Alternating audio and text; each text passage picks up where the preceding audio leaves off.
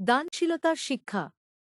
এক গ্রামে ছোট্ট নাম ছিল আহমদ। আহমদ ছিল খুবই গরিব। তার বাবা মা অনেক কষ্ট করে তাকে বড় করছিলেন, কিন্তু আহমদের হৃদয় ছিল অনেক বড়। সে সবসময় অন্যদের সাহায্য করতে চাইত, যদিও তার নিজের কিছুই ছিল না। একদিন আহমদ ছিল, তখন সে দেখল একজন বয়স্ক লোক ভিক্ষা করছে। লোকটি অনেক দুর্বল এবং ক্ষুধার্ত ছিল। আহমদের কাছে শুধু একটা রুটি ছিল, যা তার মা তাকে দুপুরের খাবার হিসেবে দিয়েছিলেন। আহমদ ভেবেছিল সে তো এই রুটি নিজে খেতে পারে, কিন্তু এই বয়স্ক লোকটি তো অনেক দুর্বল, তাই সে তার রুটিটি ভিক্ষুককে দিয়ে দিল। বয়স্ক লোকটি আহল এবং বলল, আল্লাহ তোমার দানকে কবুল করুন, ছেলে গি। পরের দিন আহমদের বাজারে গিয়ে একটু চাল আনো, আমাদের আজ চাল শেষ হয়ে গেছে।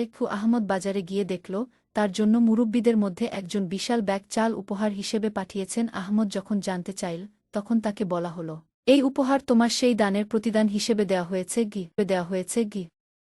এই গল্প আমাদের ছোট দান আল্লাহর কাছে অনেক মূল্যবান। আল্লাহ আমাদের দানকে বহুগুণে ফিরিয়ে দেন এবং দানের মাধ্যমে আমাদের হৃদয় আরও প্রশস্ত হয়।